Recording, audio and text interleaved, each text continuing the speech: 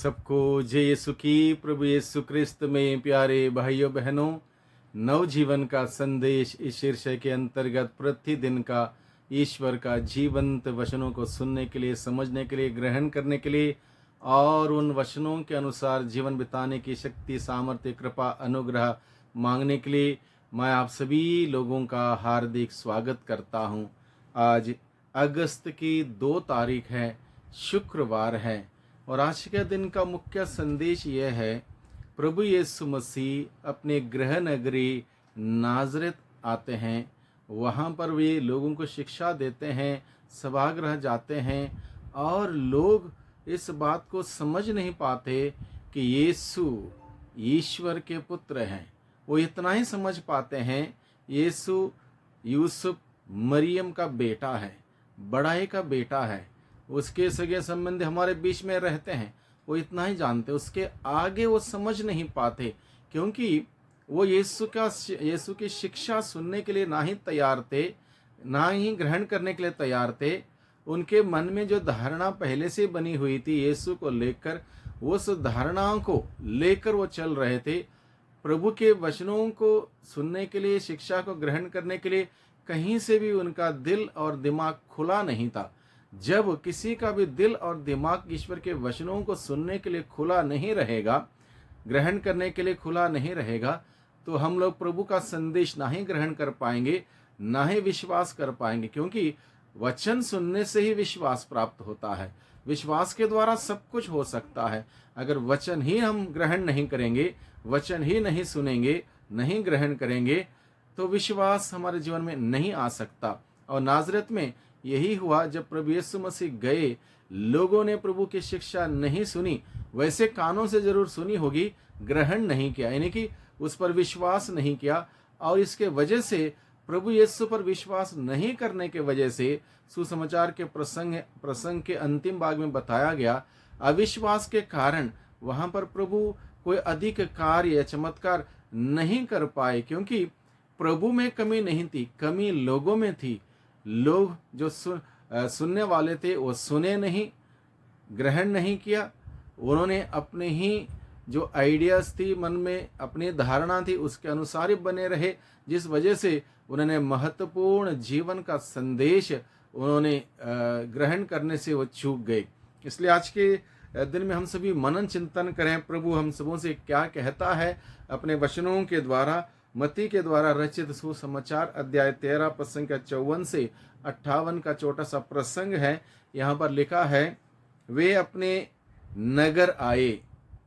गृह नगर आए, जहाँ वे लोगों को उनके सभागृह में शिक्षा देते थे। अपने घर में आकर, अपने नगर में आकर, वहाँ पर भी प्रभु ने लोगों को शिक्षित करना चाहा। जैसे अन्य जगहों पर प्रभु लोगों को शिक्षित करते थे, ईश्वर के राज्य के बारे में बताते थे, वही कार्य उन्होंने आगे बढ़ाते हुए अपने घर में, अपने नगर में भी वही कार्य किया। शिक्षा देते रहे सभागृह जाकर। वे अक्षय में पढ़कर कहते थे, इसे यह ज्ञान और यह सामर्थ्य कहाँ से मिला। जब लोगों ने सुना, लोगों ने सोचा कि इतना गहरा ज्ञान इसको कहाँ से मिला। लोग समझ नहीं पाए और लोगों ने सवाल उठाना शुरू किया, इसके माता पिता हमारे बीच में रहते हैं, इसके भाई बहन हमारे बीच में रहते हैं, इसे यह ज्ञान कहाँ से मिला। लोगों ने उस ज्ञान को, जो शिक्षा दी, उसको सुना, ग्रहण नहीं किया, जिसकी वजह से उनका मन सवाल करने में लग गया। अगर ग्रहण करते, वहां पर ईश्वर का वचन उनके जीवन में कार्य करता, जो शिक्षा उन्होंने सुनी थी उसके जीवन में कार्य करती और उनको विश्वास का वरदान मिलता, विश्वास की आंखें उनके खुल जाती। ग्रहण नहीं करने के वजह से उनके अपने ही विचारधारा के अनुसार वो सवाल करने लगते हैं, इसे यह ज्ञान कहाँ से मिला। क्या यह बड़ाई का बेटा नहीं? क्या मरियम इसकी माँ नहीं? क्या याकूब, यूसुफ, सिमोन और यूदस इसके भाई नहीं? तो अब उनके सगे संबंधियों के बारे में सोचने लगे, ये हमारे बीच में रहने वाला, इसको यहाँ से इतना सब कहाँ से मिला, एक सवाल करने लगे, क्योंकि उन्होंने ईश्वर का वचन ग्रहण नहीं किया था। क्या इसके सब बहनें हमारे बीच नहीं रहती? तो यह सब इसे कहाँ से मिला, एक सवाल, ये सब इसे कहाँ से मिला।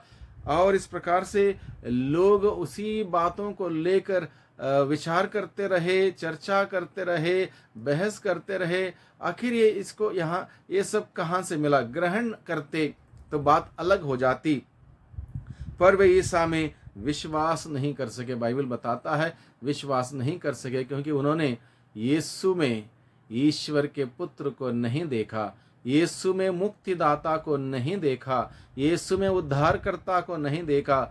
यीशु को सिर्फ और सिर्फ मरियम यूसुफ का बेटे के रूप में देखा, उसके भाई बहन उसके बीच में रहते इसी प्रकार से देखा, एक मामूली इंसान के रूप में देखा। उस इंसान में ईश्वर को देखने से चूक गए, वंचित रह गए। इसके वजह से प्रभु क्या कहता है, ईसा ने उनसे कहा, अपने नगर और अपने घर में नबी का आदर नहीं होता। प्रभु ने कहा अपने नगर अपने घर में नबी का आदर नहीं होता। क्यों नहीं होता? नबी मुख्य रूप से ईश्वर का संदेश सुनाता है, ईश्वर की बातें प्रस्तुत करता है, ईश्वर की योजना प्रकट करता है, जो कि दुनिया की योजना से, दुनिया की बातों से, दुनिया के विचारधाराओं से भिन्न है, अलग है। ईश्वर के विचार मनुष्य के विचार जैसे नहीं है।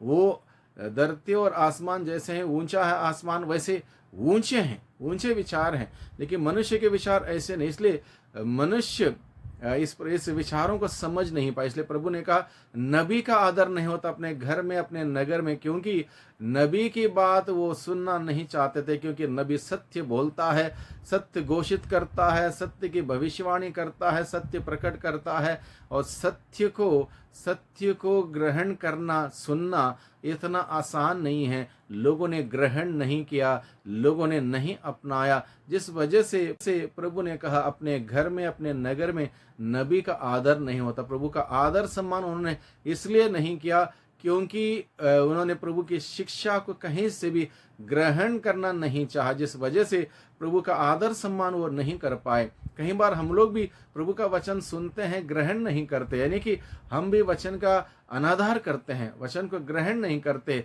जिसके वजह से विश्वास हमारे जीवन में नहीं आता, जिसके वजह से हम प्रभु से प्यार नहीं कर पाते, सच्चा प्यार नहीं कर पाते। ईसाई नाम जरूर होगा, बपतिस्मा जरूर ग्रहण किया होगा, लेकिन यीशु का जीवन नहीं जीते, तो प्रभु हमसे भी कहेंगे कि हमने प्रभु का अनादर किया, हमने प्रभु का आदर नहीं किया। प्रभु हमसे भी यही कहेंगे। इसलिए हम प्रभु के इस वचन को समझें। प्रभु क्या कहता, अपने घर में अपने नगर में नबी का आदर नहीं होता। नबी का आदर सम्मान जो करता है वह नबी का पुरस्कार पाएगा, प्रभु यीशु ने कहा। इसलिए प्रभु के वचनों को सुने, ग्रहण करें। जो वचन को सुनता है, ग्रहण करता है, वह समझदार मनुष्य के सदृश्य है।